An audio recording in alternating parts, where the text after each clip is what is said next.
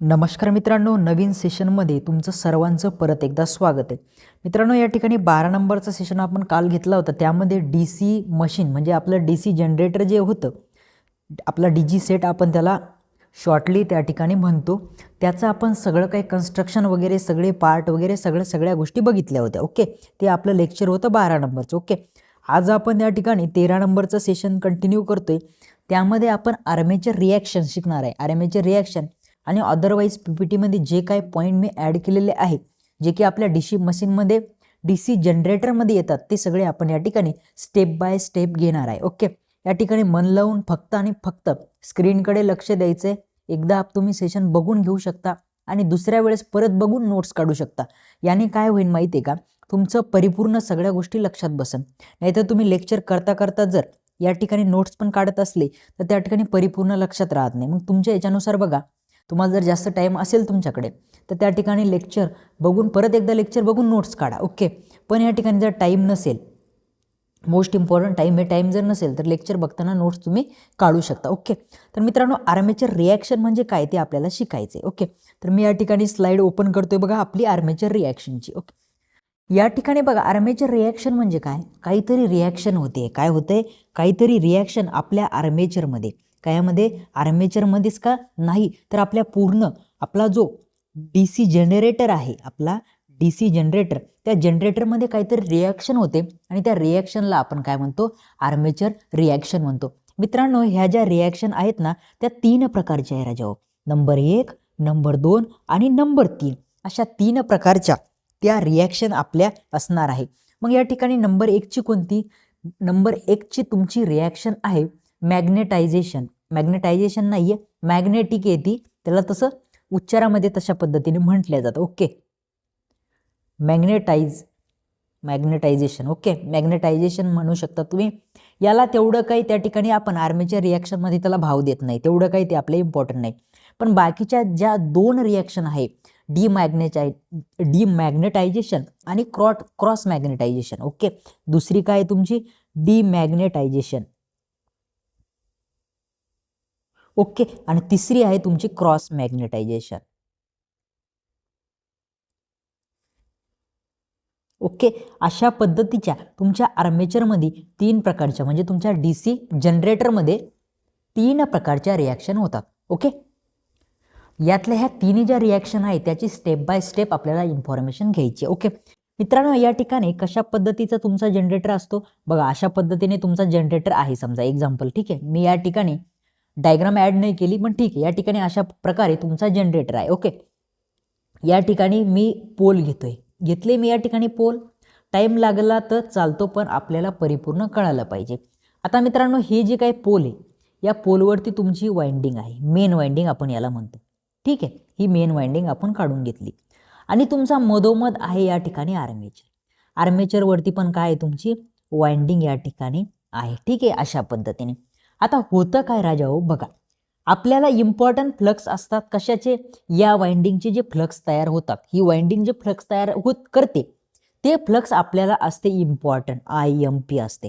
Okay, मग आता हे फ्लक्स या ठिकाणी रोटेट होतात कशामध्ये? आपल्या या ठिकाणी या पार्टमध्ये.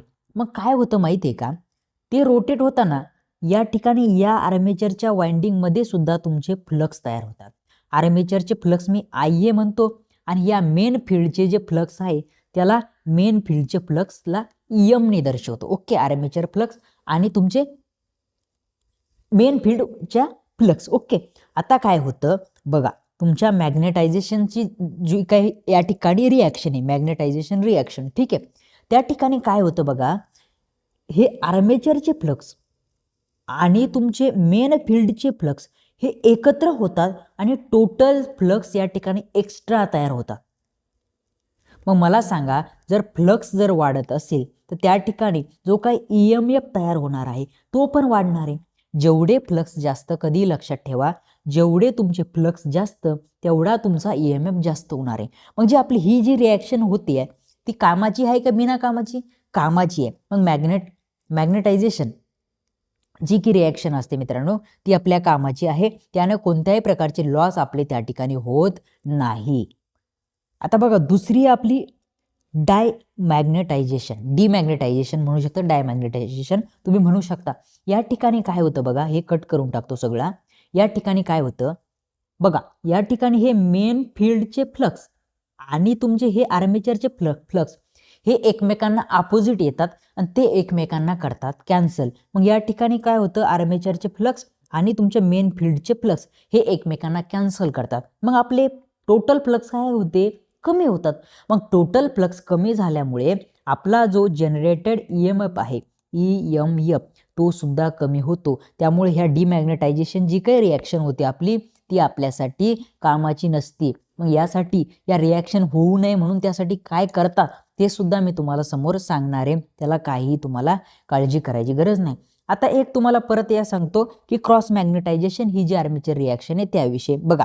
या ठिकाणी मेन फील्ड फ्लक्स अशा पद्धतीने चालले असतात, काय अशा पद्धतीने चालले असतात आणि तुमच्या आर्मेचर फ्लक्स काय करतात, मग याला असे हे करतात अशा पद्धतीने, असं वरच्या साईडले ओके परपेंडिक्युलर असं. म्हणजे या ठिकाणी काय होतं, मग या ठिकाणी सुद्धा काही प्रमाणात काय परपेंडिक्युलर हे जेव्हा त्याला या ठिकाणी अशा पद्धतीने क्रॉस करतात ओके, तेव्हा त्या ठिकाणी सुद्धा काही प्रमाणात या ठिकाणी फ्लक्स कमी होतात ओके.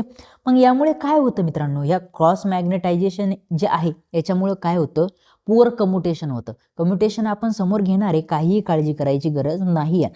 मग याने काय होते, इफेक्ट ओके, इफेक्ट आपण या ठिकाणी बघूया. यानं काय होतं बघा, पुअर कम्युटेशन ओके, कम्युटेशन बघणार आहे आपण, काही काळजी करू नका ओके. पुअर कम्युटेशन होतं. नंबर 2ला काय होतं, ब्रश जिथे काय ब्रश लावलेले मी तुम्हाला सांगितलं ब्रश कुठे असतात, EMNA वरती असतात आणि ते जिथे लावलेले आहे ना मित्रांनो त्या ठिकाणी होती स्पार्किंग. ब्रशवरती काय होती तिथे स्पार्किंग, काय होतं स्पार्किंग. इथपर्यंत तुम्हाला कळालं. आणि त्यानंतर तिथला जो रिॲक्टन्स व्होल्टेज आहे ना, रिॲक्टन्स व्होल्टेज तो त्या ठिकाणी तयार होतो.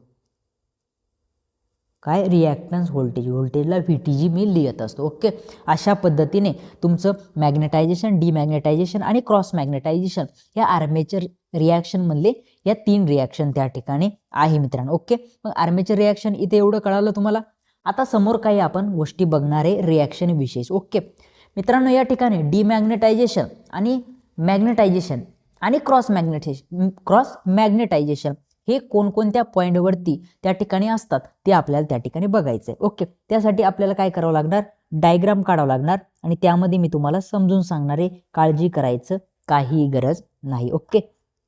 मित्रांनो अशा पद्धतीने तुमचे पोल आहे ठीक आहे आणि पोलच्या मध्ये या ठिकाणी आहे तुमचं आर्मेचर ठीक आहे. मग या ठिकाणी काय होतंय बघा, अशा पद्धतीने तुमच्या फील्डचे फ्लक्स या ठिकाणी फ्लो होत असतात ठीक आहे. काय फील्डचे फ्लक्स फ्लो होत असतात. मग त्याची डायरेक्शन काय करू आपण, ही डायरेक्शन या ठिकाणी पकडूया ठीक आहे. पकडली ठीक आहे. आता आर्मेचरचे पण या ठिकाणी सुद्धा मी काय बोललो तुम्हाला, या ठिकाणी सुद्धा ही फील्ड सुद्धा काय करते, त्याची EMF म्हणजे फ्लक्स तयार करते आणि ते फ्लक्स मग काय होतात मी तुम्हाला बोललो, त्या फ्लक्समुळेच काय होतं मग प्रॉब्लेम होतो ओके. आता या ठिकाणी बघा 2 पोल असतात, एक लीडिंग पोल टिप आणि एक ट्रिलिंग पोल टिप. मी तुम्हाला या ठिकाणी लिहून देतो, लीडिंग पोल टिप आणि या ठिकाणी असतो तुमचा ट्रिलिंग पोल टिप ठीक आहे. अशा पद्धतीने तर मित्रांनो तुमचं मॅग्नेटायझेशन हे कुठे असतं आणि डिमॅग्नेटायझेशन हे कुठे असतं ते तुम्हाला या ठिकाणी कळणार आहे. आता मी तुम्हाला या ठिकाणी चांगल्या पद्धतीने समजून सांगणार आहे. बघा या ठिकाणी काय होतं, हे फ्लक्स असे येत आहे, हे फ्लक्स असे येत आहे, हे फ्लक्स असे येत आहे. मग हे दोघांची धडक होते आणि इथं काय होते, कॅन्सल होते. फ्लक्स इथे कॅन्सल होते या पॉईंटला. मग कॅन्सल होते तर आपण बघितलं कोणत्या आर्मेचर रिॲक्शनमध्ये ते कॅन्सल होते, डिमॅग्नेटायझेशन.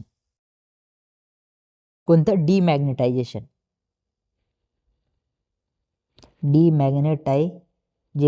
या ठिकाणी. मग म्हणून तुमचं डिमॅग्नेटायझेशन असतं. आणि या ठिकाणी बघा, या ठिकाणी हे त्यांच्या सोबत चालले म्हणजे त्यांच्यामध्ये काय होतं हे ते मिसळून चालले आणि फ्लक्स जेव्हा एकमेकात मिसळून जातात तेव्हा ते काय होतात, वाढतायत. मग आपण वाढतायत ते कोणत्या रिॲक्शनमध्ये बघितलं, आर्मेचर रिॲक्शनमधल्या मॅग्नेटायझेशन या इफेक्टमध्ये ठीक आहे. मग या ठिकाणी तुमचं काय असणार आहे, मॅग्नेटायझेशन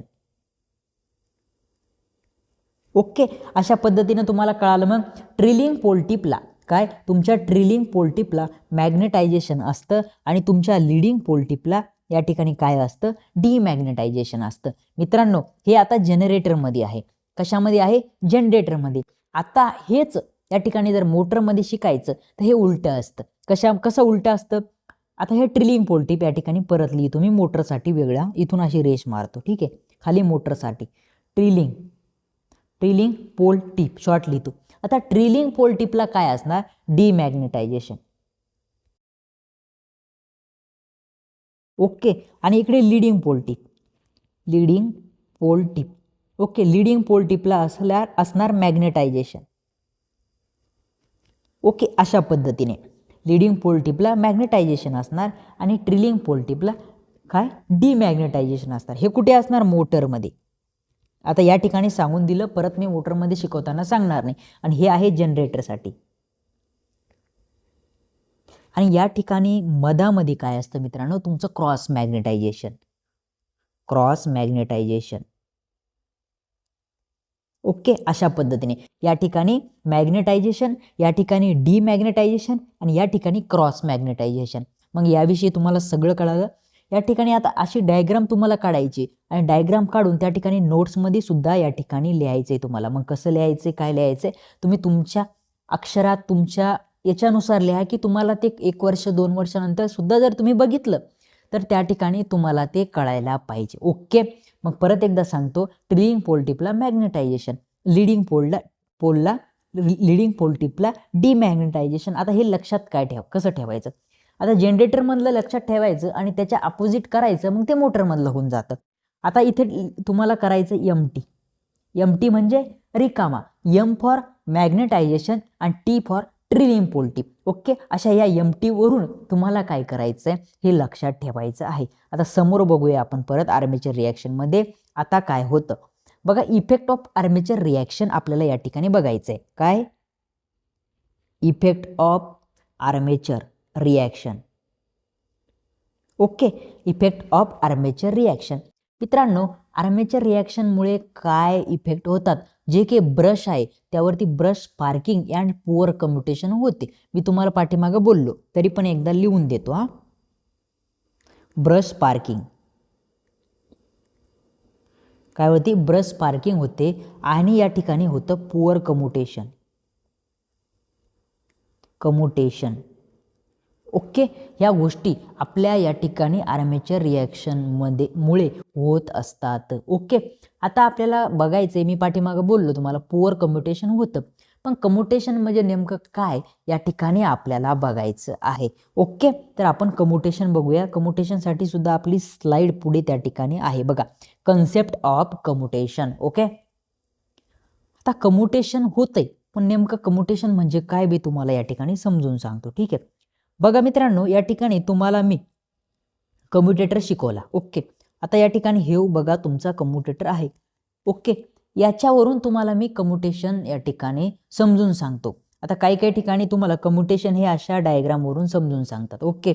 या ठिकाणी असतो तुमचा एक ब्रश, या ठिकाणी असतो दुसरा ब्रश. ओके. आणि हे तुमचा एमएनए ॲक्सिस असतो, ठीक आहे. मग काय होतं माहिती आहे का, या ठिकाणी ब्रश काय करतो, या ठिकाणी ब्रश हा थोडा समोर जातो. काय होतं, तो समोर जातो. ब्रश ॲक्सिसला पास करून, ही जी ॲक्सिस आहे त्या ॲक्सिसला पास करून तो काय करतो, समोर जातो. ठीक आहे. ब्रश ॲक्सिसला काय केलं ब्रशने, त्या ॲक्सिसला पास करून तो समोर गेला. या ॲक्सिसला पास करून तो समोर गेला. जायला पाहिजे होता का, नाही, पण समोर गेला. मग या ठिकाणी काय होतं, समोर गेल्यानंतर याच्यामुळे स्पार्किंग होते. काय होतं, स्पार्किंग होते. पण तो समोर गेलाय, काय समोर गेला, मग त्याला टाइम रिव्हर्स करायचा आहे परत, बरोबर आहे का नाही. आणि तो टाइम करंट रिव्हर्स करायला जो टाइम लागतो त्या ठिकाणी त्याला कम्युटेशन पिरियड म्हणतो. मला माहिती आहे तुम्हाला यातलं काही कळालेलं नाही आहे. काय कळालेलं नाही आहे, परत एकदा एकदम असं वाचून सांगल्यासारखं सांगतो. Okay. Reverse of the current. काय, या ठिकाणी जो करंट रिव्हर्स होतोय तो जेव्हा ब्रश ॲक्सिसला पास करतो त्या फेनोमेनाला या ठिकाणी कम्युटेशन म्हणतात. परत एकदा सांगतो, काळजी करू नका. क्लिअर सांगायचं म्हणजे या ठिकाणी सांगतो तुम्हाला, हा जो ब्रश आहे तुमचा इथे आहे, इथे आहे, हा जो ब्रश आहे, हा ब्रश काय करतो, या ॲक्सिसला पास करतो आणि समोर जातो, त्यालाच कम्युटेशन म्हणतात. ओके. आणि कम्युटेशन पिरियड म्हणजे काय, या ठिकाणी मग याला पास केल्यानंतर समोर गेलाय, मग या ठिकाणी काय झालंय, रिव्हर्स करंट झालाय. ओके. मग तो जो काय टाइम लागतो त्या रिव्हर्स करंटला या ठिकाणी करायला, वापस परत करायला जो काय टाइम लागतो त्याला कम्युटेशन पिरियड म्हणतात. हे काय तुम्हाला विचारत नाहीये, मला माहिती तुम्हाला कळत नाहीये, तुम्हाला विचारत नाहीये आणि काही नाही. ठीक आहे, आता तुम्हाला मी या ठिकाणी समजून सांगतो. हा ब्रश आहे, ठीक आहे, हा ब्रश आहे. या ठिकाणी काय तुमचं इन्सुलेशन लावलंय की नाही, हा तुमचा एक सेगमेंट आहे आणि हा एक सेगमेंट आहे. ओके. हा ब्रश काय करतो माहिती आहे का, कधी कधी या दोन्ही सेगमेंटला पण टच होतो अशा पद्धतीने. मग या ठिकाणी होते स्पार्किंग. काय झालं, स्पार्किंग झाले, करंट वाढला, सगळ्या अशा पद्धतीने हा जो फिनोमेना आहे तोच असा सेम या ठिकाणी तुम्हाला मी अशा पद्धतीने समजून सांगितला कम्युटेशनच्या भाषेमध्ये. कम्युटेशन कशाला म्हणते. ओके. आता हे कम्युटेशन आपल्याला कमी करायचे. काय करायचंय, कम्युटेशन आपल्याला कमी करायचंय. मग कम्युटेशन कमी करण्यासाठी आपण काय करतो त्या ठिकाणी मी तुम्हाला सांगतो. या ठिकाणी हा जो काही तुम्ही ब्रश वापरलाय, ब्रश, ओके, त्या ब्रशचा या ठिकाणी तुम्ही काय करू शकता, रेजिस्टन्स जास्त करू शकता. त्याने काय होईल, या ठिकाणी मग ब्रश रेजिस्टन्स जास्त असल्यामुळे करंट इकडचा काय होईल, त्याला अपोजिशन भेटेल ना, आणि अपोजिशन भेटल्यामुळे काय होईल, त्या ठिकाणी जे की त्या ठिकाणी रिॲक्शन वगैरे होणार आहे, स्पार्किंग वगैरे होणार आहे, ते काय कम्युटेशन आपलं होणार आहे ते कमी प्रमाणात होणार आहे. ओके. या ठिकाणी नाही कळलं तुम्हाला, पण या ठिकाणी तरी कळालं असेल की कम्युटेशन म्हणजे काय असतं. आता ते कम्युटेशन कोणत्या पिरियडमध्ये होतं त्याच्यावरती काय कन्सेप्ट आहे मित्रांनो. कम्युटेशन हे कम्युटेशन पिरियडमध्येच जर होत असेल, काय कम्युटेशन हे कम्युटेशनच्या पिरियडमध्ये होत असेल तर त्याला आयडियल कम्युटेशन म्हणतात. म्हणजे तेवढ्याच त्या पिरियडमध्ये काय म्हटलं त्याला, ideally commutation. Okay. Ideal commutation कशाला म्हणलं आपण, जे काय कम्युटेशन तेवढ्या पिरियडमध्ये व्हायला पाहिजे ते जर तेवढ्याच पिरियडमध्ये जर झालं तर त्याला आयडियल कम्युटेशन म्हणतात. जर त्याला जास्त टाइम लागला त्याला ओव्हर कम्युटेशन म्हणतात. इथे कम्युटेशन आहे. ओके. आणि जेव्हा टाइम कमी लागतो, काय लागायला पाहिजे त्याच्यापेक्षा टाइम कमी लागतो, त्याला म्हणतात अंडर कम्युटेशन. ओके. या ठिकाणी सेम ॲज इट इज. मग आयडियल कम्युटेशन म्हणजे काय, की जेवढा टाइम लागतो त्याला तेवढाच लागला, जर जास्त लागला तर ओव्हर कम्युटेशन, आणि जर कमी लागला तर अंडर कम्युटेशन. मग कम्युटेशन ही गोष्ट तुम्हाला कळाली का, जर कळाली नसेल तर परत 2-3 वेळेस बघा. या ठिकाणी हे सेगमेंटवरून पण मी तुम्हाला समजून सांगितली आणि या ठिकाणी पण समजून सांगितली. जेव्हा ब्रश जो आहे हा आपला ब्रश, एवढंच लक्षात ठेवा, हा जो ब्रश आहे तो जेव्हा या ॲक्सिसला पास करून समोर जातोय, समोर जातो, तेव्हा त्याला काय म्हणतात, आपण काय म्हणतो, त्या फेनोमेनाला कम्युटेशन असं त्या ठिकाणी म्हणतो. ओके. आता आर्मेचर रिॲक्शन आपण बघितली, पण त्या आर्मेचर रिॲक्शन आपल्याला काय करायच्या, कमी करायच्या. त्या आर्मेचर रिॲक्शन कमी करण्यासाठी मित्रांनो आपण काय करतो, काही गोष्टी वापरत असतो. त्या ठिकाणी मी आर्मेचर रिॲक्शनच्या या ठिकाणी लिहून देतो तुम्हाला. ठीक आहे. आर्मेचर रिॲक्शन कमी करण्यासाठी नंबर 1ला आपण वापरतो मित्रांनो कंपेन्सेटिंग वाइंडिंग मी तुम्हाला शिकवली. ओके. कंपेन्सेटिंग वाइंडिंग काय करतो, आपण वापरतो. कशासाठी वापरतो, आर्मेचर रिॲक्शन कमी करण्यासाठी. त्यानंतर मित्रांनो आर्मेचर रिॲक्शन कमी करण्यासाठी आपण इंटरपोल पण वापरतो. ओके. इंटरपोल पण वापरली. त्यानंतर आर्मेचर रिॲक्शन कमी करण्यासाठी जे की पोल असतात, ते पोल कोर स्लॉटिंग म्हणतो आपण. काय, पोल कोर स्लॉटिंग, ते पण वापरतो, काही इम्पॉर्टंट नाही. आणि जे पोल असतात त्याला स्टॅम्पिंग करतो आपण. स्टॅम्पिंग शिकवलं मी तुम्हाला. आपली जी कंपेन्सेटिंग वाइंडिंग तिला आपण शॉर्ट करतो, स्टॅम्पिंग करतो. अशा पद्धतीनं पोल स्टॅम्पिंग आपण त्या ठिकाणी करतो. त्याने सुद्धा आपण रिॲक्शन कमी करू शकतो. त्या ठिकाणी आपले इंटरपोल झाले त्याने कमी करू शकतो आणि कंपेन्सेटिंग वाइंडिंगने करू शकतो. कंपेन्सेटिंग वाइंडिंग ही तुमच्या आर्मेचर वाइंडिंगच्या सिरीजमध्ये जोडलेली असते, हे सुद्धा मी तुम्हाला सांगितलं. आणि जे काही इंटरपोलची वाइंडिंग असते ती सुद्धा तुमच्या आर्मेचर वाइंडिंगच्या सिरीजमध्ये जोडलेली असते, हे सुद्धा मी तुम्हाला राजा हो सांगितलं. ओके. अशा पद्धतीने आपण आर्मेचर रिॲक्शन या ठिकाणी कंप्लीट केली. आता आपण आपल्या जनरेटरच्या इम्पॉर्टंट टॉपिकला सुरुवात करतोय, ज्यावरती की पाठीमागं झालेल्या महावितरण महापारेषणच्या पेपरला खूप सारे प्रश्न त्या ठिकाणी आले आणि प्रत्येक पेपरला काय प्रत्येक पेपरला आपण जे पुढची कन्सेप्ट आता शिकणार आहे त्यावरती प्रश्न येतात, त्यामुळे तुम्हाला परफेक्ट करायचं आहे, काहीही तुमची चूक त्या ठिकाणी झाली पाहिजे नाही. जर परफेक्ट तुम्ही बघितलं, पूर्ण मन लावून जर बघितलं तर तुम्हाला कोणत्याही प्रकारची अडचण येणार नाही, याची ग्वाही मी तुम्हाला देतो. ठीक आहे मित्रांनो, आता आपण समोरच्या स्लाइडवरती जो आहे कन्सेप्ट ऑफ कम्प्युटेशन आपण शिकलोय. आता आपल्याला DC जनरेटरचा EMF कशा पद्धतीने इंड्यूस होतो आणि त्याचे प्रकार या ठिकाणी शिकायचे. ओके मित्रांनो, तुमचा जो काही जनरेटर असतो त्याचा प्रिन्सिपल आपल्याला समोरच्या स्लाइडवरती बघायचा आहे, DC जनरेटरचा प्रिन्सिपल. आता इंड्यूस EMF मित्रांनो, जो काही आपल्या जनरेटरमध्ये EMF इंड्यूस होतो तो दोन प्रकारे इंड्यूस होतो. एक असतो डायनॅमिक इंड्यूस्ड EMF आणि दुसरा असतो या ठिकाणी बघा, मी तुम्हाला एक एक समजून त्या ठिकाणी सांगतो. ओके, एक एक म्हणजे तुम्हाला कसं तुमची खिचडी त्या ठिकाणी होणार नाही, तुम्हाला प्रॉब्लेम होणार नाही. ओके, एक बघा statically induce EMF, statically induced EMF आणि दुसरा डायनॅमिकली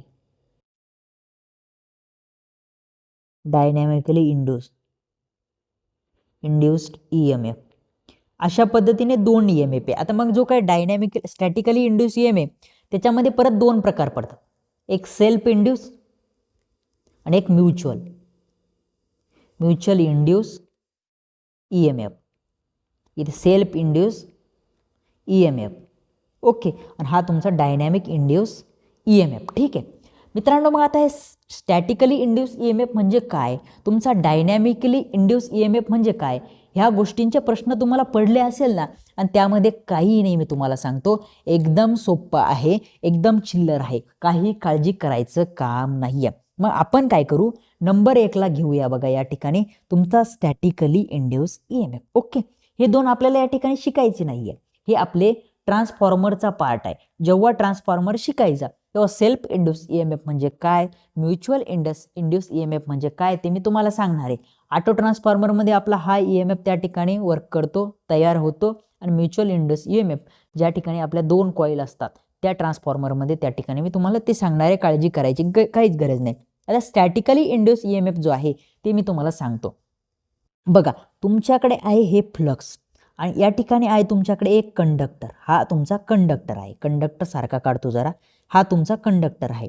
मित्रांनो, स्टॅटिकली इंड्यूस EMF मध्ये काय होतं, हा जो तुमचा कंडक्टर आहे तो कॉन्स्टंट राहतो, एका ठिकाणी अजिबात हलत नाही, फिरत नाही, काहीच नाही.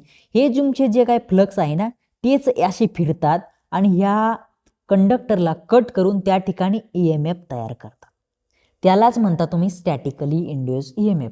बघा, तुम्ही लिहून घ्या, मी या ठिकाणी बोलतोय.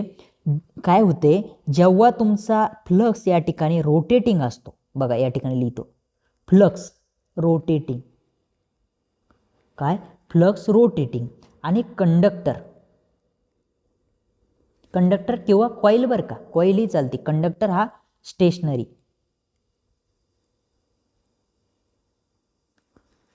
Conductor stationary. ओके, कंडक्टर काय स्टेशनरी म्हणजे कॉन्स्टंट आहे,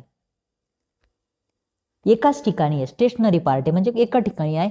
आणि फ्लक्स काय आहे, रोटेटिंग आहे, यालाच तुम्ही स्टॅटिकली इंड्यूस EMF म्हणता. ओके, मग स्टॅटिकली इंड्यूस EMF कळाला तुम्हाला, कळायलाच पाहिजे, काही अवघड त्या ठिकाणी नाहीये. ओके, आता तुम्हाला शिकवणार मी डायनॅमिकली इंड्यूस EMF. आता या ठिकाणी एवढ्या हे तर मी पुसून टाकतो, हे आपल्या काही कामाचं नाहीये, हे पण पुसून टाकतो, तुम्हाला स्टॅटिकली इंड्यूस EMF कळाला.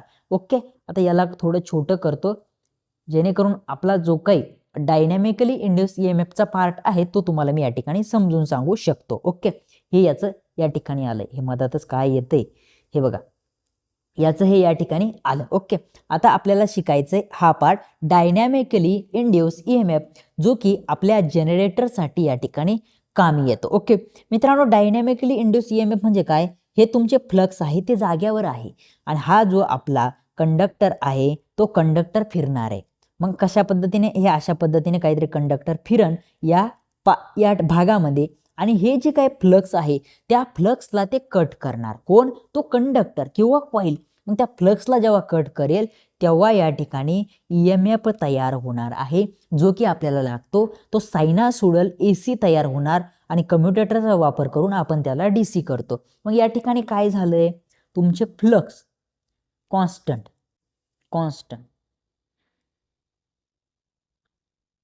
Constant okay. आणि तुमचा कंडक्टर कॉन्स्टंट म्हणजे स्टेशनरी ओके, एका ठिकाणी ओके. आणि तुमचा कंडक्टर रोटेटिंग. ठीक आहे, अशा पद्धतीने हे झालं तुमचं डायनॅमिकली इंड्यूस ईएमएफचं ओके. मग आता या ठिकाणी स्टॅटिकली इंड्यूस ईएमएफचा फॉर्म्युला आहे आणि एक डायनॅमिकली इंड्यूस ईएमएफचा फॉर्म्युला आहे. आता स्टॅटिकली इंड्यूस ईएमएफचा या ठिकाणी तुम्हाला फॉर्म्युला लिहून देतो, is equal to N d phi by d t okay. मग या ठिकाणी या फॉर्म्युल्यामध्ये आता परत लेंज लॉ येतो, एक लेंज लॉ ओके, तोच तुम्हाला समजून सांगतो एवढं झाल्यानंतर. आणि मित्रांनो, तुमचा जो काय डायनॅमिकली इंड्यूस ईएमएफ असतो त्याचा फॉर्म्युला असतो या ठिकाणी BLV साइन थीटा. हा व्ही म्हणजे व्होल्टेज नाहीये मित्रांनो, ही व्ही म्हणजे व्हेलॉसिटी आहे ओके. हा एल म्हणजे ऍक्टिव्ह लेंथ असते तुमची, कोणती ऍक्टिव्ह लेंथ, या ठिकाणी लेंथ लिहितो कंडक्टरची ओके. तुम्ही चांगल्या पद्धतीने लिहून घ्या. आणि ही तुमची असते डेन्सिटी ओके. अशा पद्धतीने तुम्हाला हा BLV साइन थीटा हा आणि हा अँगल आहे बघा, कशामधला, तुमचे चेंज इन फ्लक्स आणि तुमचा कंडक्टर यांच्यामधील अँगल असणारे तुमचा साइन थीटा, ही वेलॉसिटी, ही लेंथ आणि हे तुमचे डेन्सिटी ओके. आता ND∅dt हा जो फॉर्म्युला आहे मित्रांनो, तो फॉर्म्युला आहे स्टॅटिकली इंड्यूस ईएमएफचा. आता या ठिकाणी हे कट करतो, तो कशाचा आहे, स्टॅटिकली इंड्यूस ईएमएफचा, -ND∅dt. या ठिकाणी मायनस लावलं, हा मायनस कोणी लावलं, लेंजने, लेंज लॉ हा तुमचा तयार झाला एक लेंज लॉ. हा लेंज लॉ काय सांगतोय बरं या ठिकाणी, तुम्हाला कळतंय का, हा लेंज काय म्हणतोय नेमकं या ठिकाणी, याने या ठिकाणी मायनस लावलंय. तर याचं काय म्हणणं आहे, हा एक कंडक्टर, या कंडक्टरमध्ये ईएमएफ तयार झाला आणि त्या ईएमएफ मुळे त्या ठिकाणी या ठिकाणी जो ईएमएफ तयार झाला, या ईएमएफ मुळेच या ठिकाणी या कंडक्टरमधून काही प्रमाणात करंट तयार होऊन त्या ठिकाणी वाहतोय. तर तो करंट काय करतो, या कंडक्टर मध्ये काय झालं परत सांगतो, जेव्हा या ठिकाणी या कंडक्टरमध्ये ईएमएफ तयार होतो, इंड्यूस होतो कोण, ईएमएफ. या ठिकाणी या कंडक्टरमध्ये, या कॉइलमध्ये जेव्हा ईएमएफ इंड्यूस होतो तेव्हा त्या ठिकाणी काही करंट सुद्धा निर्माण होतो. आणि तो जो काही करंट निर्माण होतो या ठिकाणी, करंट हा आपला करंट निर्माण होतो, तो करंट काय करतो, ज्याच्यामुळे निर्माण झाला त्याला विरोध करतो. म्हणजे कसं, एक मुलगा आहे, मुलगा त्याच्या वडिलांमुळे या ठिकाणी आज अस्तित्वात आहे आणि तो मुलगाच कुणाला विरोध करतोय, वडिलाला तो विरोध करतोय. मग या ठिकाणी जो हा करंट निर्माण झालाय, या इंड्यूस ईएमएफ मुळे एक्झाम्पल त्या ठिकाणी निर्माण झालाय आणि तो त्यालाच काय करतोय, विरोध त्या ठिकाणी करतोय. असा तुमचा लेंज लॉ सांगतो की या ठिकाणी काय होतंय, तो करंट त्या ठिकाणी इंड्यूस झालेला ईएमएफ त्याच्यामुळेच तयार झाला आणि तोच त्यालाच विरोध करतोय. हा झाला तुमचा स्टॅटिकली इंड्यूस ईएमएफचा फॉर्म्युला, हा वरती या ठिकाणी ओके, ND∅dt. आणि त्यावरूनच मग लेंजने हा फॉर्म्युला बनवला की -ND∅dt असतं ओके. हे तुम्हाला ईएमएफ जे इंड्यूस होतात त्याचे प्रकार कळाले, statically induce EMF, dynamically induce EMF. Statically induce ईएमएफचे 2 प्रकार सांगितले होते, एक सेल्फ इंड्यूस ईएमएफ असतो आणि दुसरा असतो या ठिकाणी म्युच्युअल इंड्यूस ईएमएफ. सेल्फ आणि म्युच्युअल आपल्याला ट्रान्सफॉर्मरमध्ये त्या ठिकाणी शिकायचे ओके. आता या ठिकाणी डीसी जनरेटरचा प्रिन्सिपल आपल्याला बघायचा आहे मित्रांनो. Faraday's law of electromagnetic induction या तत्वावरती आपला जनरेटर काम करतो, आपला डीसी जनरेटर. काय, Faraday's law of electromagnetic induction okay. महापारेषणचा जो काही पेपर झाला 2025ला, या मागच्या वर्षी, आता 26 चालू झालं, 2025ला जो काही पेपर झाला त्या पेपरला हा प्रश्न आला होता आणि माझा स्वतःचा हा प्रश्न चुकला. मी काही मोठेपणा सांगत नाही, 100% चुकला. या ठिकाणी ऑप्शन होतं Faraday's law of electromagnetic induction, हे शेवट खाली ऑप्शन होतं, शेवट ऑप्शन होतं. आणि वरती या ठिकाणी ऑप्शन होतं फॅरेडेज राईट हँड रूल. मी ते टिक करून दिलं, कशामुळे, गडबडीत माहीत होतं, सगळ्या गोष्टी होत्या, गडबडीमध्ये हे ऑप्शन मी टिक करून दिलं आणि चुकलो तर कधी या ठिकाणी आता माझी अशी चूक झाली होती, याच्या पुढे होणार नाही. डीसी जो जनरेटर आहे आपला तो Faraday's law of electromagnetic induction या तत्वावर काम करतो. फॅरेडेचे तुम्हाला मी दोन काय हे सांगितले होते, लॉ सांगितले होते, एक राईट हँड रूल आणि एक left hand rule. Okay, Faraday's right hand rule आणि Faraday's left hand rule. Faraday's right hand rule आणि फॅरेडेज लेफ्ट हँड रूल हे दोन रूल मी तुम्हाला शिकवले. आता मी इथे सांगणार नाही आहे, तरी पण सांगून देतो, जाऊ द्या. या ठिकाणी आता डायग्राम नाही आहे, पण डायग्रामच्या ऐवजी या ठिकाणी हा तुमचा अंगठा घ्या, ही तुमची तर्जनी घ्या आणि हे घ्या तुमचं मधलं बोट. आता मी तुम्हाला मदर फादर चिल्ड्रन सांगितलं होतं, मदर फादर आणि चिल्ड्रन सांगितलं होतं. आता हा राईट हँड रूल आपण बघतोय, हा कोणता बघतोय आपण, राईट हँड रूल बघतोय. तर ह्यो कंडक्टरची मोशन दाखवतोय तुमचा अंगठा, काय मोशन ऑफ कंडक्टर ह्या यम वरून. हे यप म्हणजे फील्ड ऑफ डायरेक्शन, म्हणजे फील्डचे जे काय फ्लक्स आहे त्याची डायरेक्शन दाखवते तर्जनी, आणि हे आहे तुमचं मधलं बोट जे काय EMF ची डायरेक्शन दाखवतं. राईट हँड रूलमध्ये EMF येणार आणि तोच लेफ्ट हँड रूल जर घेतला तुम्ही तर तो त्या ठिकाणी येणार काय, मग लेफ्ट हँड करंट. या ठिकाणी काय आहे, मोशन ऑफ कंडक्टर. या ठिकाणी काय आहे, जी काय फील्ड आहे त्या फील्ड फ्लक्सची डायरेक्शन. ओके, असं. आणि या ठिकाणी करंट. ओके, कळालं मग तुम्हाला. Left hand rule right hand rule एका मिनिटात त्या ठिकाणी सांगून दिलं. तुम्हाला याच्या नोट्स लिहायच्या, राईट हँड रूलच्या नोट्स लिहायच्या, लेफ्ट हँड रूलच्या पण नोट्स लिहायच्या. राईट हँडच्या कशा लिहायच्या बघा, जेव्हा हाताची 3 बोटे, काय जेव्हा हाताची, हे बघा या ठिकाणी जेव्हा हाताची 3 बोटे, कोणते, अंगठा, तर्जनी आणि मधले बोट, तिन्ही 90 डिग्रीमध्ये धरले असता तुमचा अंगठा जो आहे तो मोशन ऑफ कंडक्टर, त्यानंतर तर्जनी ही फील्ड फ्लक्सची डायरेक्शन आणि तुमचं मधलं बोट हे EMF ची डायरेक्शन दाखवते. त्यानंतर आपला फॅरेडेचा लेफ्ट हँड रूल काय सांगतो, जेव्हा डाव्या हाताचे या ठिकाणी बघा, डाव्या हाताचे तिन्ही बोटे हे 90 अंशामध्ये धरले असता तुमचा अंगठा हा मोशन ऑफ कंडक्टर दाखवतो, तुमचा जो काही तर्जनी आहे तो फील्ड फ्लक्सची डायरेक्शन दाखवतो आणि तुमचे जे काय मधले बोट आहे तो करंटची डायरेक्शन दाखवतो. ओके, अशा पद्धतीने तुम्हाला याच्या नोट्स लिहून ठेवायच्या आहे. ओके मित्रांनो, आता आपलं चालू होतं प्रिन्सिपल झाला. आता विषय काय, पुढे आपल्याला पार्ट बघायचे, त्याच्या पहिले तुम्हाला या ठिकाणी DC जनरेटरमध्ये तो जनरेटेड EMF तयार होतो त्याचा फॉर्म्युला मी या ठिकाणी सांगून देतो. हे सगळं कट करतो बघा. तर याच्या नोट्स कशा पद्धतीने लिहायच्या तुम्हाला कळालं नसेल, लिहिले तर परत पाठीमागे व्हिडिओ करा आणि परत लिहून घ्या. बघा, जनरेटेडमध्ये जो तयार झालेला EMF असतो त्याला आपण EG म्हणतो, म्हणजे जनरेटेड EMF. ओके, लिहून देणारे, काळजी करू नका. ओके, त्यानंतर हा आहे ZN/P/60 कशाला काय म्हणायचं सगळं सांगतो, काही काळजी करायची गरज नाहीये. ओके मित्रांनो, या ठिकाणी बघा, Z म्हणजे काय, number of conductor, number of conductor. Okay, तुमचा जो N आहे या ठिकाणी बघा, प्रत्येक गोष्ट तुम्हाला सांगणार आहे, तुम्ही काही काळजी करू नका. त्यानंतर N बोललो मी, N म्हणजे टर्न, तुमच्या किती येतं टर्न. ओके, N म्हणजे स्पीड वगैरे नसतं बघा, N म्हणजे तुमच्या टर्न असतात. P म्हणजे पोल आणि हे तुमचे फ्लक्स. ओके, आणि A म्हणजे तुम्हाला कधीपासून सांगतोय मी, number of parallel path. Okay, अशा पद्धतीने Z म्हणजे तुमचा नंबर ऑफ कंडक्टर, N म्हणजे तुमच्या टर्न, P म्हणजे पोल, फ्लक्स या ठिकाणी तुमचे याने दर्शवतात आणि हे नंबर ऑफ पॅरलल पाथ, आणि EG म्हणजे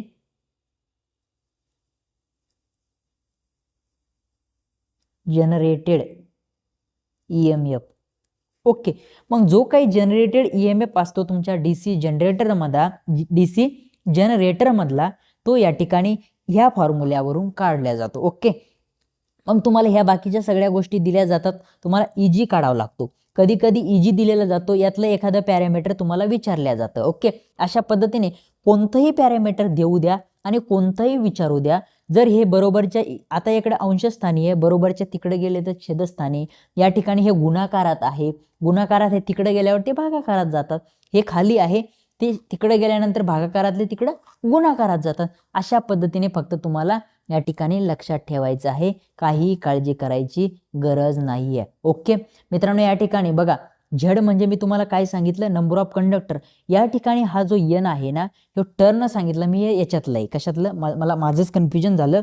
टर्न हे ट्रान्सफॉर्मर मधलं आहे, त्याला यांना तिकडं या ठिकाणी टर्न म्हणतात, पण या ठिकाणी यांचा स्पीडच आहे. बघा मी तुम्हाला पाठीमागं बोललो पण एन म्हणजे स्पीड नाही, पण हा जो एन आहे हा आपल्या जनरेटर मधला आहे, DC जनरेटर मधला, त्याला या ठिकाणी स्पीड म्हणतात. ओके, मग या ठिकाणी कन्फ्युजन माझं पण दूर झालं, त्यासाठी माफी असावी सगळ्यांची. झेड म्हणजे नंबर ऑफ कंडक्टर, एन म्हणजे तुमची स्पीड, पी म्हणजे पोल, फ्लक्स या ठिकाणी असणारे तुमच्या वाइंडिंगचे तयार केलेले तिनं, या ठिकाणी हे नंबर ऑफ पॅरलल पाथ म्हणजे ये. अशा पद्धतीने तुमच्या DC जनरेटरमध्ये जो काही EMF तयार होतो त्याचा सगळा काही भापट पसारा आपण या ठिकाणी बघितला. ओके, आता आपल्याला बघायचं आहे पार्ट आपल्या कशाचे, आपल्या DC जनरेटरचे काही हे पडतात, टाईप पडतात. मग ते टाईप आपल्याला सगळे आता या ठिकाणी बघायचे, एक एक सगळे टाईप मी तुम्हाला सांगणार आहे, त्याचे कॅरेक्टरिस्टिक्स सांगणार आहे, त्याचे त्या ठिकाणी काही अशा केसेस आहे की त्या केसेसवरती त्या मशीन कसं वर्क करेल वगैरे वगैरे सगळं सांगणार आहे, काही काळजी करायची गरज तुम्हाला नाही आहे. ओके, तर मित्रांनो या ठिकाणी बघा DC मोटर आणि DC जनरेटरचे सेम पार्ट आहे. या ठिकाणी मोटर घेतलं, या ठिकाणी काय असायला पाहिजे होतं, जनरेटर असायला पाहिजे. ओके, मग तुमच्या DC जनरेटरचे मेन 3 पार्ट पडतात. एक हे सेपरेटली एक्साइटेड जनरेटर, एक सेल्फ एक्साइटेड जनरेटर आणि एक परमनंट मॅग्नेट जनरेटर. याचा आपल्याला सिलेबसमध्ये या ठिकाणी काही घ्यायचं नाही आहे, ठीक आहे, याची काही गरज नाही आपल्याला. ठीक आहे, आपल्याला हे 2 बघायचे, कोणते, सेपरेटली एक्साइटेड जनरेटर आणि सेल्फ एक्साइटेड जनरेटर. ओके, आता ह्या 2 मध्ये सेपरेटली एक्साइटेड जनरेटरचे कोणतेही प्रकार पडत नाहीये, कोणते टाईप पडत नाही. आपला जो काही सेल्फ एक्साइटेड जनरेटर आहे त्याचे टाईप पडतात आणि तोच पेपरला विचारले जातात. मग याचा पहिला टाईप आहे शंट एक्साइटेड जनरेटर, दुसरा आहे सिरीज एक्साइटेड जनरेटर आणि तिसरा आहे कंपाऊंड जनरेटर. तुमच्या कंपाऊंड जनरेटरचे परत 2 प्रकार पडतात, एक कम्युलेटिव्ह कंपाऊंड आणि दुसरा आहे डिफरन्शियल कंपाऊंड. कधी लक्षात ठेवा, हा डिफरन्शियल हाय करंट ज्या ठिकाणी लागतो त्या ठिकाणी तो वापरला जातो. मी पुढे त्याचं सगळी डिटेल इन्फॉर्मेशन थेरॉटिकल नॉलेज तुम्हाला सांगणार आहे. आणि याचे परत ह्या तुमचे कंपाऊंडचे या दोघांचे मिळून याचे प्रकार पडतात परत 2. मग ते कोणते परत 2, एक लॉंग शंट कंपाऊंड जनरेटर आणि एक शॉर्ट शंट कंपाऊंड जनरेटर. यावरती न्यूमेरिकल पेपरला विचारले जातात, त्याचे फॉर्म्युले पाठ न करता कशा पद्धतीने बनवायचे ते सगळं मी तुम्हाला सांगणार आहे. ओके, तर मित्रांनो सर्वात पहिले मग आपल्याला बघायचं आहे या ठिकाणी कोणता बघायचा आहे, सिरीज जनरेटर. हा सिरीज एक्साइटेड DC जनरेटर आपल्याला या ठिकाणी बघायचा आहे. ओके, तर आपण या ठिकाणी सुरुवात करूया. मग त्याच्यासाठी सर्वात पहिले तुम्हाला वाचता आली पाहिजे डायग्राम. काय मित्रांनो, डायग्राम तुम्हाला वाचता आली पाहिजे. जर तुम्हाला डायग्राम कळाली तर तुम्हाला त्या ठिकाणचे न्यूमेरिकल्स पण परिपूर्ण सोडवता येतात. त्या ठिकाणी कशा पद्धतीचे फॉर्म्युले तयार होतात तेही तुम्हाला पाठ करायची गरज नाही आहे. ओके मित्रांनो, मला या ठिकाणी सांगा, या ठिकाणी लोड आहे. लोड आहे म्हणजे काय, आपला जो काही सप्लाय आहे तो इकडनं इकडं चाललाय. जनरेटरला तुम्ही सप्लाय देता का जनरेटर तुम्हाला सप्लाय देतं? जनरेटर हे तुम्हाला सप्लाय देतं. मग मला सांगा, या ठिकाणी तुमचा जनरेटर आणि ही तुमची फील्ड वाइंडिंग आहे. या वाइंडिंगला आपण काय म्हणतो, ही सिरीजमध्ये आहे तुमच्या कशाच्या, जनरेटरच्या. पण काय, जनरेटरच्या सिरीजमध्ये ती वाइंडिंग आहे, त्याच्यामुळे तिला सिरीज फील्ड वाइंडिंग आपण म्हटलं. आता पुढे शंट फील्ड जनरेटर, तुम्हाला शंट जनरेटर शिकायचं, त्यामध्ये ती पॅरललमध्ये असणार, ते पुढे बघू. पण आता जे चाललंय ते आपण या ठिकाणी बघून घेऊया. हे तुमचं आर्मेचर आहे, या ठिकाणी नाव दिलं आहे. हा तुमचा सिरीज फील्ड आहे, ही तुमची सिरीज फील्ड आहे. आणि या ठिकाणून जो काही सप्लाय तयार झाला आहे, जो काही तुमचा EMF, जो काही व्होल्टेज तयार झाला, हा V व्होल्ट तुम्ही समोर लोडला दिलाय. ओके, मग या ठिकाणी काय होतं माहिती आहे का, या सिरीज फील्डमध्ये काय होतं, त्या ठिकाणी तयार होतो फ्लक्स. आणि तो फ्लक्स आपला हा आर्मेचर आहे. या ठिकाणी तो आर्मेचर काय करतो, कट करतो आणि तेव्हा या ठिकाणी EMF इंड्यूस होतो. मग EMF इंड्यूस झाला की तोच आपल्याला समोर व्होल्टेजच्या स्वरूपात त्या ठिकाणी भेटत असतो. आता हा जनरेटेड EMF आपण त्याला EG म्हणतो आणि इकडे जो व्होल्टेज भेटतो त्याला टर्मिनल व्होल्टेज म्हणतो. असं का बरं? या ठिकाणून जे काही पास झालं, ही एक नदी आहे, नदीपासून इथे पाणी पास झालं, मग समोरही पाणीच भेटणार आहे. मग इथे जनरेटेड EMF म्हटलं, मग इथे पण जनरेटेड EMFच का म्हटलं नाही? तर ते मी तुम्हाला सांगतो. कसं असतं मित्रांनो, या ठिकाणी जे काही तयार होतं तेच इथपर्यंत जाणार आहे का? नाही जाणार आहे. ही तुमची वाइंडिंग आहे, या ठिकाणी तुमचे केबल्स आहे वगैरे वगैरे, कंडक्टर्स आहे, सगळं काही सगळ्या गोष्टी आहेत. तिथून इथपर्यंत लोडला सप्लाय जाणार आहे. मग तिथपर्यंत जाण्यासाठी इथे काहीतरी रेजिस्टन्स असणार आहे. बघा या ठिकाणी या वाइंडिंगच्या रेजिस्टन्सला RAC म्हटलं. असं काहीतरी या पाथमध्ये रेजिस्टन्स असणार आहे आणि तो रेजिस्टन्स या ठिकाणी त्या ठिकाणी अडथळा निर्माण करून जो की आपला हा EG आहे त्याला कमी करतो आणि म्हणून समोरचा जो काही असतो आपला तो पूर्ण लॉस कट करून समोर भेटत असतो, तो असतो आपला टर्मिनल व्होल्टेज. कळालं इथपर्यंत? काही चिंता करायची गरज नाही. आता DC जनरेटरची एक नोट्स तुम्हाला लिहून देतो. मित्रांनो, DC जनरेटर जर चालू करायचं असेल तर सर्वप्रथम त्याला लोड जोडावा. काय करायचं? त्याला लोड जोडावा.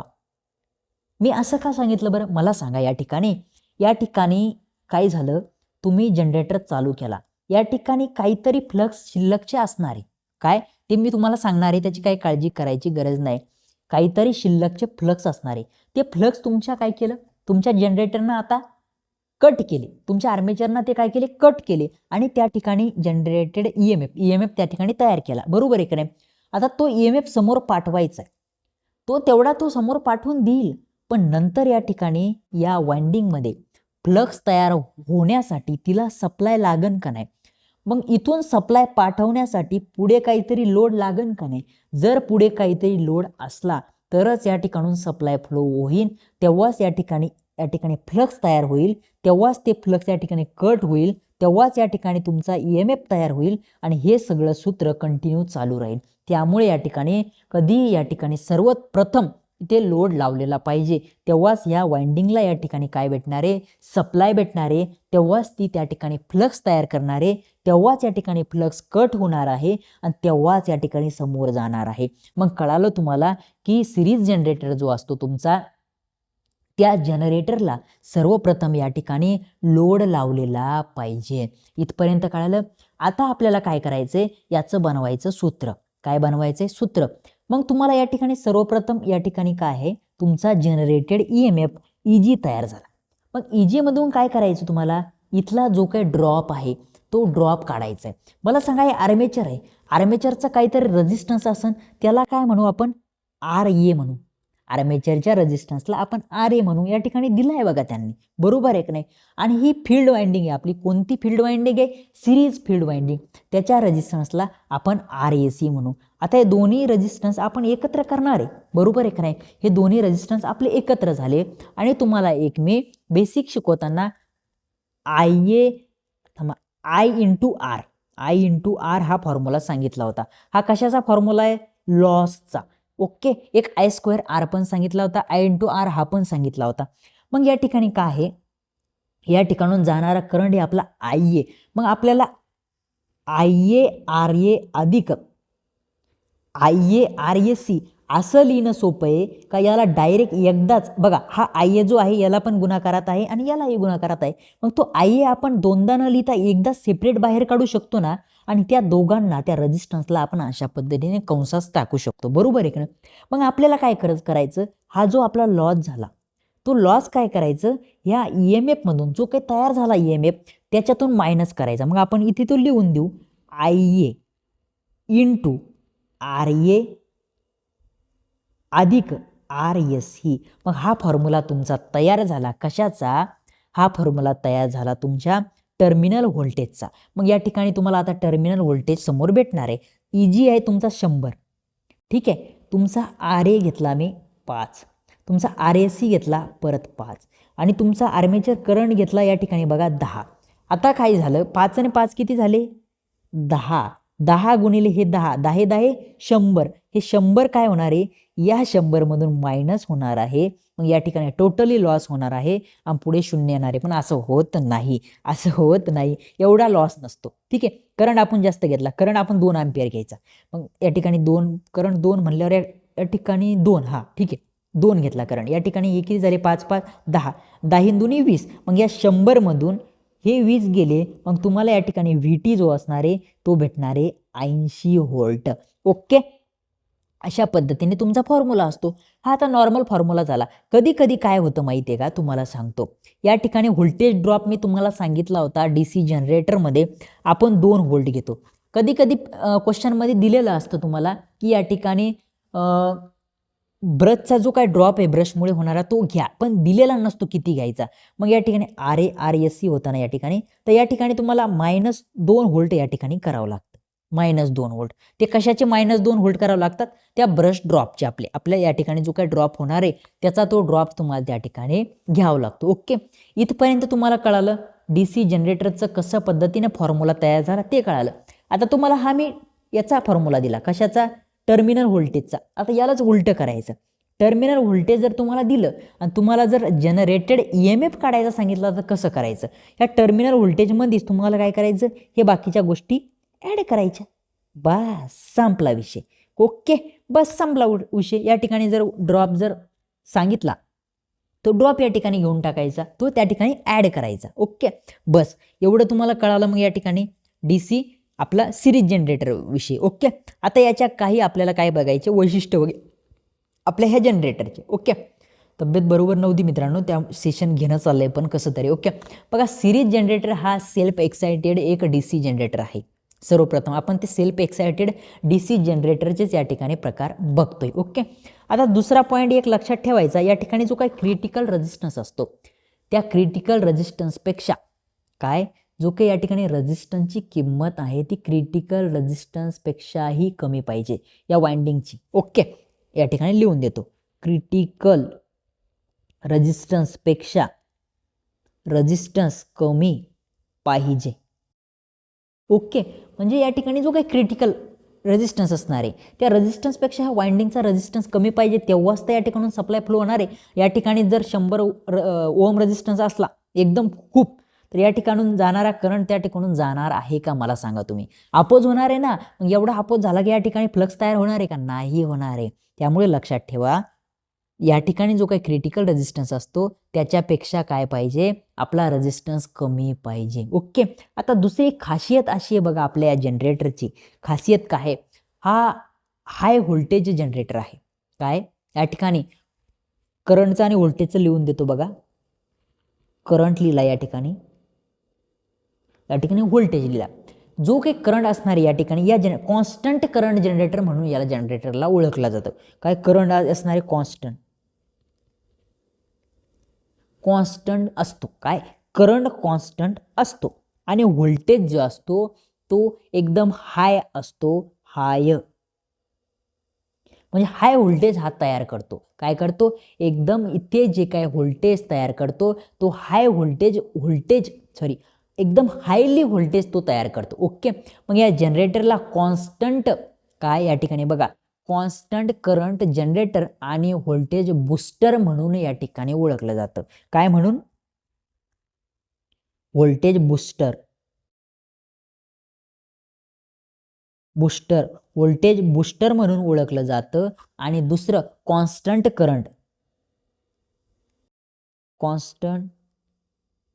करंट जनरेटर म्हणून ओळखलं जातं. हे लक्षात ठेवा. बूस्टर तर हे लक्षात ठेवा, व्होल्टेज बूस्टर जनरेटर हा आहे आणि या नावाने त्याला काय केलं जातं राजाओ, ओळखलं जातं. ओके, आता यावरती आपण समोरचे काही पार्ट बघूया. आपल्याला याच्यावरती न्यूमेरिकल कशा पद्धतीने विचारले जातात ते या ठिकाणी बघायचे. सर्वप्रथम या ठिकाणी मी काय करतो, फॉर्म्युला लिहून या ठिकाणी वरती देतो. EG बरोबर काय असतं, मी आता डायरेक्ट IA तसा लिहितो, IA तसा. बरं जाऊ द्या, तुम्हाला परत मी तसं सांगितलंय, हा RA प्लस RSC. ओके, हा झाला आपला फॉर्म्युला. कशाचा, टर्मिनल व्होल्टेज काय भेटणार आहे आपलं त्याचा. ओके, आता एक प्रश्न आहे बघा, प्रश्न काय आहे ते मी या ठिकाणी तुम्हाला सांगतो. या ठिकाणी रेजिस्टन्स दिलाय आर्मेचरचा 2 ओहम, त्या ठिकाणी तुमची वाइंडिंग आहे त्याचा रेजिस्टन्स दिलाय 5 ओहम. ठीक आहे, आणि तुम्हाला या ठिकाणी EMF जो की तयार झालाय आर्मेचरमध्ये तो दिलाय 220 व्होल्ट आणि इथला करंट जो आहे तो करंट दिलाय तुम्हाला 4 अँपियर आणि तुम्हाला टर्मिनल व्होल्टेज काढायचं आहे. बघा सोपं एकदम, मी तुम्हाला सर्वप्रथम तोंडी करून दाखवतो. ओके, 220 आहे, या ठिकाणी व्होल्टेज आहे 220पेक्षा व्होल्टेज कमी येणार आहे. सगळ्यात पहिले ऑप्शन चॉईस बघायचं की कोणते 220पेक्षा ऑप्शन कमीवाले. ओके, आता मला सांगा IA करंट I × R हा फॉर्म्युला तुम्हाला डोक्यात बसला पाहिजे. आता या ठिकाणी एक रेजिस्टन्स 2 रेजिस्टन्स, आपण रेजिस्टन्सची काय करतो बेरीज करतो. मग 5 आणि 2 किती होते 10 झाले 10. त्यानंतर त्या 10ला आपण करंटना गुणतो. मग 10 चोक 40. मग 40ने तो कमी असणार आहे बरोबर आहे की नाही. इथला ड्रॉप होऊन कमी होणार आहे. मग 220 मधून जर 40 गेले 220 मधून 40 गेले तर खाली किती राहते. असं करणार आहे का तुम्ही हे असं करणार आहात का. 5 आणि 2 किती झाले या ठिकाणी चुकीचं घेतलंय. 5 आणि 2 किती झाले 7. या 7ला तुम्हाला आपण 4 घेतलं होतं बहुतेक मी जाऊ द्या चुकलं असेल. 5 आणि 2 किती झाले हे 2 रेजिस्टन्सची बेरीज करायची. 5 आणि 2 किती झाले 7. 7ला तुम्हाला करंट दिलाय 4. 7 चोक 28. जेव्हा तुम्ही हे 28 आलं हे 220 मधून 28 या ठिकाणी वजा करणार तेव्हा तुम्हाला भेटते 192. किती भेटते 192. किती सोपं आहे. आता हेच तुम्हाला मी फॉर्म्युल्यात ठेवून आपलं गटांगळ्या खात सोडून दाखवतो. करंट आहे 4, RA किती आहे 2 अधिक RSC किती आहे 5 झालं. अशा पद्धतीने मायनस जनरेटेड EMF किती आहे 220. आता 7 5 आणि 2 7 गुणिलेमध्ये हा 4 वजा हा 220. 7 चौक 28 आलं तिथंच आलं का तिथंच. मग हे तुम्हाला कशाने या ठिकाणी परफेक्ट होता. तुम्ही प्रॅक्टिस जेवढी जास्त तुम्ही प्रॅक्टिस करणार आहे तेवढे तुम्ही या ठिकाणी परफेक्ट होणार आहे. ओके, आता यावरून तुम्हाला कळालं की या ठिकाणी लॉस वगैरे होत असतो. या जनरेटरला काय आपण हा जो काही जनरेटर आहे आपला कोणता DC सिरीज जनरेटर.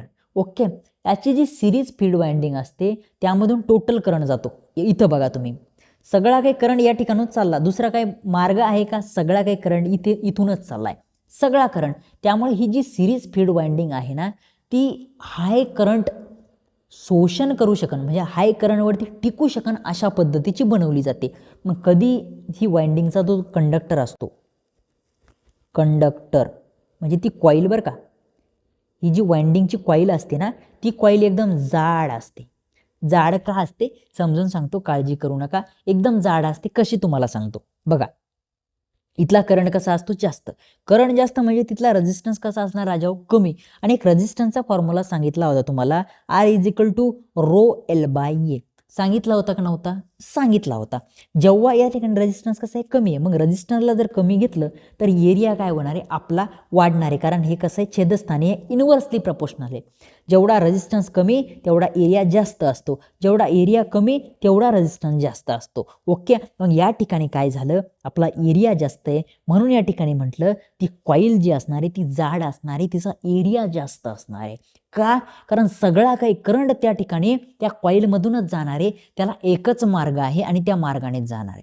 कळालं इथपर्यंत.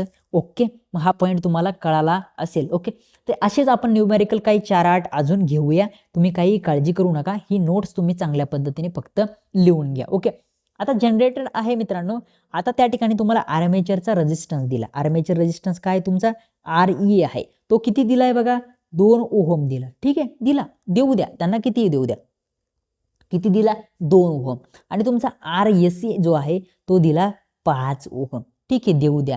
आणि तुम्हाला आता जो काही तुमचा जनरेटेड EMF आहे EG तो दिला तुम्हाला 230. किती दिलाय EG मी याला EG म्हणतो. EG किती दिला 230. आणि तुम्हाला काय विचारलं टर्मिनल व्होल्टेज. हे टर्मिनल व्होल्टेज विचारलं. किती सोपं आहे बघा. 230 मधून ह्या सगळ्या गोष्टी ज्या काही येतील त्या ठिकाणी हे करायच्या. तुम्हाला करंट पी दिलाय 5 एम्पियर. आता 5 आणि 2 7 7 5 35. मी कसं तोंडी करतो बघा. 5 आणि 2 7 7 5 35. 35ला इथून काय करायचं मायनस करायचं. पहिले 30 गेले राहिले 200. 200तून परत 5 गेले 195. आता तुम्हाला मी सूत्रानुसार चांगल्या पद्धतीने सोडून सांगतो. मला माहिती आहे तुम्हाला हे काहीच कळालं नसेल. बघा EG जनरेटर EMF त्यांना मायनस करायचं. आपला हा IA RA + RSC. ओके, हे तुमचं सूत्र झालं. EG किती दिला आहे 230. त्यातून मायनस आर्मेचर करंट किती दिला आहे 5. RA किती दिला तुम्हाला RA बघा या ठिकाणी 2 अधिक RSC 5. ठीक आहे, हे कट करून टाकतो. 5 आणि 2 7, 7ला 5 तुमचे कसे आहे या ठिकाणी गुणाकारामध्ये आहे आणि वजामध्ये हे तुमचे 230 अशा पद्धतीने. आता गुणाकार सगळ्यात पहिले होतो म्हणून 7 5 35. 35 काय करणं आहे तुम्हाला 230 मधून वजा करणं आहे आणि तुम्हाला भेटणार 195. 195. आता जेव्हा तुम्ही याची जास्तीत जास्त प्रॅक्टिस करसाल मित्रांनो, जेवढी प्रॅक्टिस करसाल तेवढे तुम्ही या ठिकाणी परफेक्ट होणार आहे. त्यामध्ये काही काळजी करू नका, तुम्ही परफेक्ट होणार, 100% होणार. बघा ना या ठिकाणी किती सोपं दिलं आहे तुम्हाला. ह्या इजीमधून तुम्हाला हा लॉस जो आहे तो फक्त मायनस करायचा. लॉस आय इंटू आर हा फॉर्म्युला लक्षात ठेवा. आर तुमचा 5 आणि 2 आहे, त्याची बेरीज केली किती झाले 7. या 7ला काय केलं तुम्ही आय इंटू आर आहे, 7 हा आर आहे, या आयला किती तुम्ही 5 आहे, 7 हा 5 35 झाले. 35 या इजी मायनस करायचे. जर तुम्हाला या ठिकाणी आता 195 दिले असते, दिले, तुमचा या ठिकाणी लॉस आला 35. लॉसपेक्षा या व्होल्टेजपेक्षा तुमचा इजी जो जास्त असतो, मग तुम्हाला त्या ठिकाणी काय करावं लागलं असतं 195 मध्ये 35 तुम्हाला ॲड करावं लागले असते, मग तुमचं उत्तर आलं असतं 230. म्हणजे तुम्हाला तिकडून इकडं पण येता आलं पाहिजे आणि इकडून तिकडं पण जाता आलं पाहिजे. ओके, इथपर्यंत कळालं. आता काही केस असतात बघा, म्हणजे अशी काही केस आपल्या जनरेटरमध्ये घडते की त्यामुळे आपल्याला पेपरला विचारलं जातं अशी केस आहे. मग या ठिकाणी जनरेटरला काय झालं असेल, जनरेटर फिरेल का? फिरेल तर आहेच, कारण त्याला आपण फिरवतो, काहीतरी गोष्ट लावून आपण जनरेटरला फिरवत असतो. जनरेटर हा कधी बंद नसतो मित्रांनो. जनरेटर हा आपला जनरेटर आहे, ही त्याची पुली आहे. या पुलीला आपण काहीतरी मोटर वगैरे लावून फिरवतो. मला सांगा, काही लोक म्हणतात जनरेटर चालू होईल का? अरे बाबा, जनरेटर रेग्युलर चालूच असतो ना, तो फिरतच असतो ना, कंटिन्यू फिरतो ना. फक्त विषय येतो की या ठिकाणी तो आउटपुट या ठिकाणी टर्मिनल व्होल्टेज देतोय का, ते आपल्याला आता या ठिकाणी बघायचंय. मग आता पहिली केस काय माहिती आहे का, फील्ड वाइंडिंग ओपन केली. ही जी फील्ड वाइंडिंग आहे ही ओपन केली. मला सांगा, जर फील्ड वाइंडिंग ओपन जर केली असेल तर या ठिकाणी फ्लक्स तयार होतील का हो या फील्डमध्ये? फ्लक्स तयार होणारच नाही, कारण तिथे सप्लाय जाणारच नाही. अरे फ्लक्स तयार जाऊ द्या, व्हायची जाऊ द्या, पण जे काय आहे तयार ऑलरेडी या ठिकाणी हे पुढे जातील का हो? नाही जाणार. मग एका जणाचं म्हणणं काय आहे, जनरेटर बंद राहील. अरे जनरेटर बंद कशाला राहील? सप्लाय भेटणार नाही. काय सप्लाय भेटणार नाही? EMF इंड्युस्ड होणार नाही. नाही. केस काय, पण सगळ्यात पहिले तुम्हाला केस लिहून देतो. काय? फील्ड वाइंडिंग ओपन केली तर काय होईल? EMF इंड्यूस होणार नाही. ठीक आहे, पहिली केस कळाली तुम्हाला. आता दुसरी केस बघूया. जर फील्ड वाइंडिंग शॉर्ट केली, ही फील्ड वाइंडिंग जी आहे ना ही शॉर्ट केली. मला सांगा, फील्ड वाइंडिंग जर शॉर्ट केली तर या ठिकाणी फ्लक्स तयार होणार आहे का? फ्लक्स तयार होणार नाही. आणि फ्लक्स तयार जर झाले नाही, अरे तुमची वाइंडिंग आहे, ती वाइंडिंग मधून सप्लाय न जाता तुम्ही तिला शॉर्ट करायला ना. या वाइंडिंग मधून बघा, या वाइंडिंग मधून सप्लाय न पाठवता तिला तुम्ही शॉर्ट करायला डायरेक्ट. तर या करंट काय करतो, कधी जो काही त्याच्यासाठी सोयीस्कर मार्ग आहे तो चॉईस करतो, मग त्याने तो मार्ग चॉईस केला. मग या ठिकाणी फील्डमधून जर करंट पास होत नसेल तर त्या ठिकाणी फ्लक्स तयार होणार आहे का? त्या ठिकाणी बघा, शॉर्ट केली फील्ड वाइंडिंग शॉर्ट केली. जर शॉर्ट केली तर फ्लक्स तयार होणार नाही. आणि फ्लक्स तयार झाले नाही तर त्या ठिकाणी EMF इंड्यूस होणार नाही. बस, ही दुसरी केस झाली. तिसरी केस आहे, जनरेटरच्या कोणत्याही एका वाइंडिंगचे टर्मिनल जर इंटरचेंज केले तर त्या ठिकाणी सुद्धा EMF तयार होत नाही. बघा, हे वाइंडिंगचं हे पॉझिटिव्ह टोक, हे मायनस टोक आहे. ही एक वाइंडिंग आहे आर्मेचरची, हिचं पॉझिटिव्ह टोक, या ठिकाणी निगेटिव्ह टोक. पॉझिटिव्ह निगेटिव्ह आहे. याला जर तुम्ही इंटरचेंज केलं तर त्या ठिकाणी सुद्धा EMF इंड्यूस होणार नाहीये.